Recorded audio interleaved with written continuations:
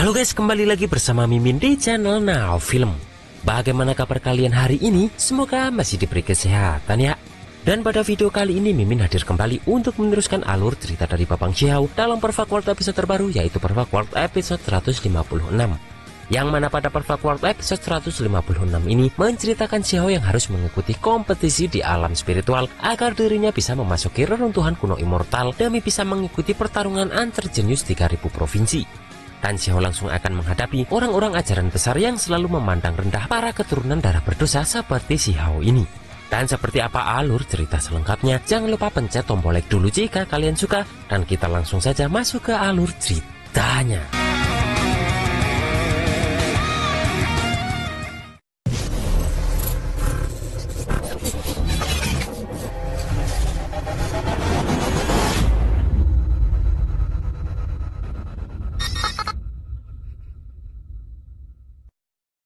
Di sini terlihat Xiao kebingungan setelah diajak Batu Petir ke sebuah tempat, yang mana di sini Batu Petir memberitahu bahwa seperti perkataan Ji Daolin, jika Xiao ingin lolos ke kompetisi akhir maka dia membutuhkan token sekte. Di sini Xiao bertanya apakah dirinya masih harus membutuhkan token sekte, padahal Xiao sudah membuat masalah agar semua orang percaya. Dan juga Ji Daolin saat itu berkata bahwa Xiao bisa ikut dengan cara menyelinap masuk dengan mengikuti sekte lain.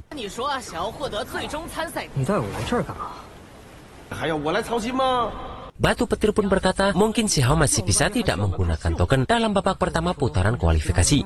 Namun setelah terpilih 8 juta kontestan di seluruh dunia, maka Xiao tak akan bisa mengikuti jika tanpa token. Dan Xiao bisa masuk kualifikasi untuk mengikuti kompetisi saat Xiao sudah memegang token dan menjadi murid inti sebuah sekte. Dan Batu Petir heran kenapa Xiao masih terlihat santai, padahal 2 hari lagi kompetisi akan resmi dimulai.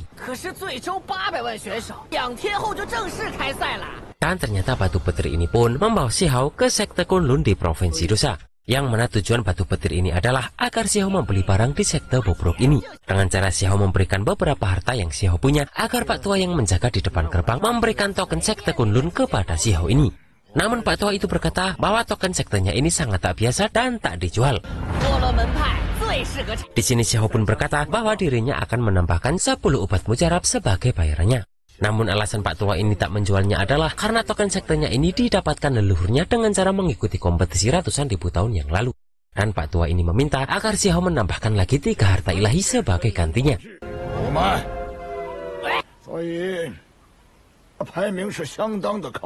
Di sini terjadi tawar-menawar harga yang membuat Xiao semakin bingung. Yang mana hal itu membuat Xiao berniat untuk pergi karena di sekitar sini bukan hanya sekte inilah satu-satunya.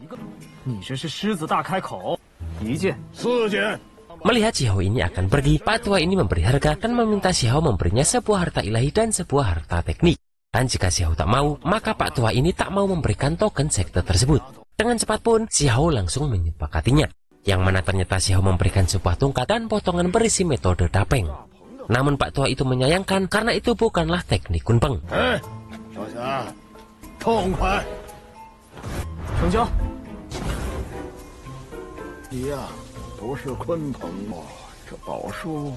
Xiao pun heran kenapa hanya sebuah token kualifikasi saja Pak Tua ini menginginkan 10 teknik harta kuno. Yang mana mendengar itu, di sini Pak Tua itu langsung meminta Xiao pergi saja. Di sini Xiao pun bertanya apakah dirinya bisa memasuki reruntuhan kuno immortal menggunakan token sekte tersebut. Namun Pak Tua itu berkata jika Xiao tetap harus mengikuti ujian penilaian putaran terakhir. Dan hanya token yang mendapatkan peringkat 1 juta teratas saja yang bisa memasuki reruntuhan kuno immortal. Mendengar itu pun Xiao tentu saja sangat terkejut. Di sini Pak Tua itu mengaku bahwa dirinya masih tertinggal puluhan ribu peringkat, yang berarti dengan token tersebut Xiao masih harus melalui ujian alam spiritual. Mendengar itu Xiao tambah terkejut karena Pak Tua itu tadi bilang jika tokennya itu mempunyai peringkat yang sangat tinggi. Namun Pak Tua itu berkata bahwa peringkat itu sudah hampir mendekati peringkat 1 juta teratas. Apalagi di setiap periodenya, sangat banyak orang yang ikut kompetisi ini dari 3000 negara di alam atas ini. Melihat sikap Xiao tersebut, Pak Tua ini merasa bahwa anak muda sekarang menginginkan hal yang instan. Dan jauh berbeda dengan orang-orang di zaman kuno yang bertarung mati-matian untuk bisa mendominasi. Yang mana Pak Tua ini menggambarkan bahwa kemudahan zaman ini seperti mudahnya melihat bulan yang cerah di langit. Namun meskipun bulan itu indah, pada akhirnya yang paling menarik perhatian hanyalah asap dan debu yang mencolok mata. 太内卷了，浮华烟尘， Pak tua itu pun bertanya, apa gunanya mempunyai tubuh abadi namun kosong seperti beliau ini, yang mana ingin mati pun dirinya juga tak bisa. Mendengar kata keabadian, Xiao pun langsung teringat dengan sekte Kunlun ini. Dan di sini Xiao pun langsung pamit dengan cara yang sangat sopan.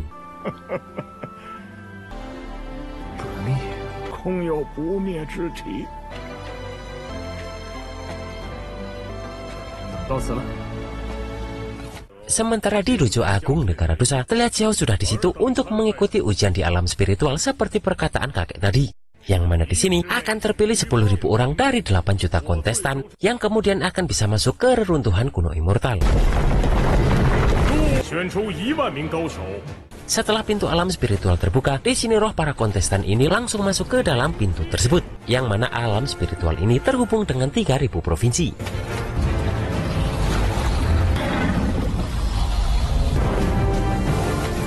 Melihat tempat itu, Xiao tak menyangka jika ternyata para dewa-dewa kuno ini bisa membuat alam yang begitu nyata dan megah dengan hanya menggunakan kekuatan spiritual mereka.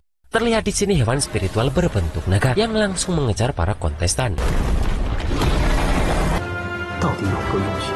Namun dengan menggunakan sayap kunpangnya, Xiao pun langsung berusaha menghindari serangan naga tersebut. Dan Xiao hanya menghindari serangan naga tersebut pada langkah awal ini.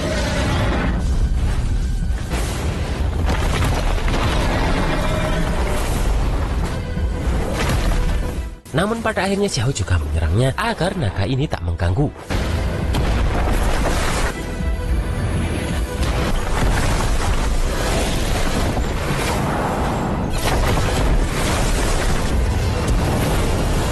Setelah itu di sini Xiao dikejutkan karena naga itu bisa menyatu kembali setelah menerima serangan dari Xiao. Yang mana hal itu membuat Xiao sadar jika ini pasti bukan naga raksasa yang asli, melainkan naga yang diciptakan dari harta milik para dewa kuno. Di sini naga tersebut muncul kembali, yang mana di sini terjadi lagi aksi kejar-kejaran antara Xiao dengan naga tersebut.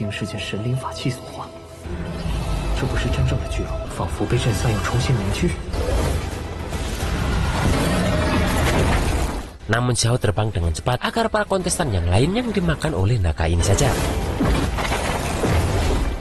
Setelah itu Xiao berpikir jika pasti ada orang di belakang ini yang mengendalikan naga spiritual ini. Dan Xiao pun menghadapi naga ini sembari mencari tahu siapa dalang di balik semua ini. Dengan cepat pun Xiao menggunakan lorong surgawinya untuk menahan serangan naga ini dan kemudian langsung menyerangnya menggunakan sebuah harta.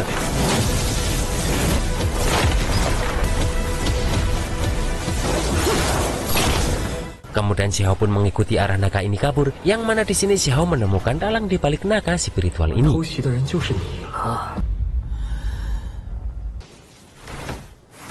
Di sini orang itu berusaha menyerang Xiao dan kemudian dia pun langsung lari. Namun Xiao tak akan melepaskan orang itu setelah orang itu berani menampakkan wajahnya.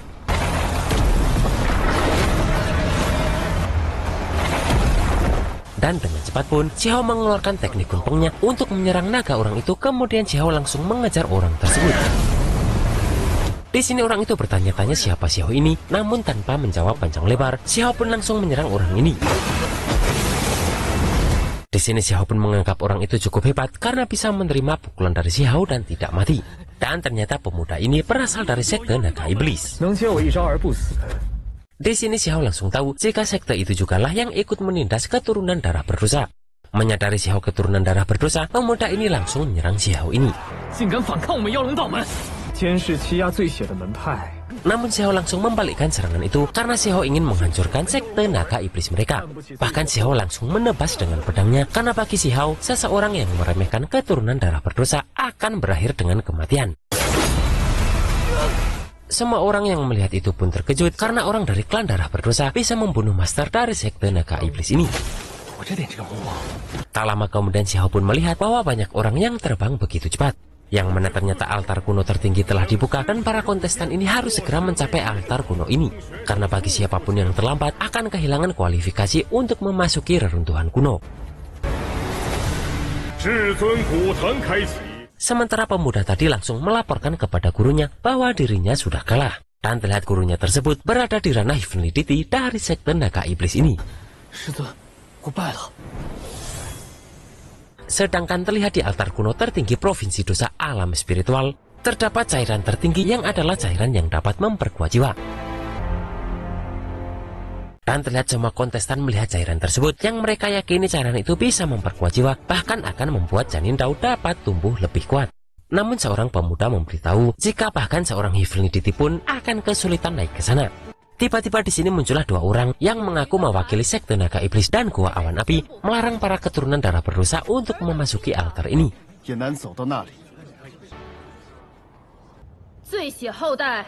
Mendengar itu pemuda tadi bertanya atas dasar apa mereka berkata seperti itu, padahal di sini adalah provinsi dosa. Dan tak seharusnya para klan besar ini menindas para darah berdosa ini saat dikompetisi juga.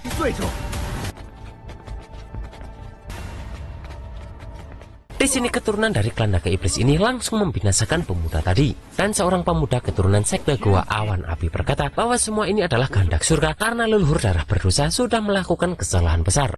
Melihat kekuatan yang dikeluarkan pemuda itu, di sini Xiao berpikir jika balok awan api ini mengandung tekanan jalan dewa, yang seharusnya itu adalah yang terkuat di antara Master Venerable. Dan Xiao juga bertanya-tanya apa tujuan gua awan api ini memblokir pintu masuk. Di sini pemuda dari gua awan api ini pun langsung berusaha menyerang orang-orang keturunan darah berdosa ini. Namun di sini Xiao langsung mengeluarkan teratai emas jalan agung, yang mana teknik itu dapat memotong harta setelah mencapai ranah Venerable.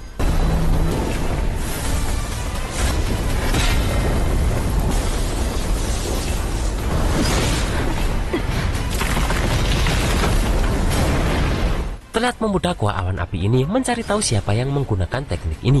Namun Xiao langsung menyerang mereka berdua, yang mana di sini pemuda ini langsung meminta sang pengguna teknik ini untuk keluar.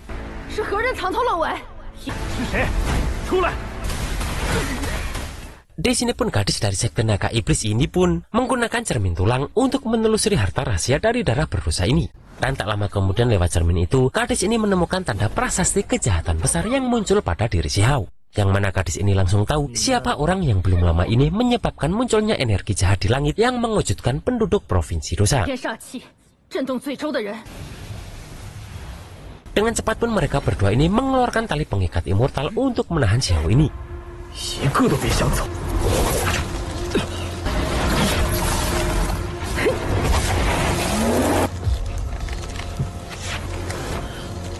Namun di sini Xiao langsung menggunakan teratai agung tadi sambil tak lupa meminta orang lain untuk mundur. Xiao pun menggunakan teknik cagar naga sejati untuk lepas dari tali pengikat tadi. Dan Xiao pun langsung solo squad melawan mereka berdua.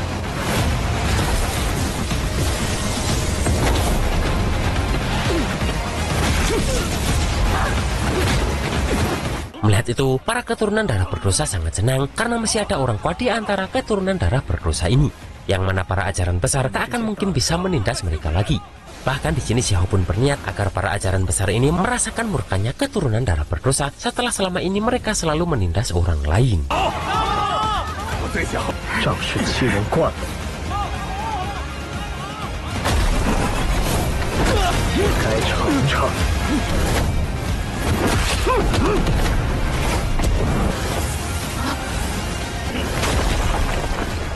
Dan pada Perfect episode 157, Xiao akan menghadapi lebih banyak orang dari ajaran besar yang mengetahui bahwa ada orang kuat di antara darah berdosa ini. Yang mana Xiao akan terus berjuang agar bisa memasuki reruntuhan kuno immortal ini.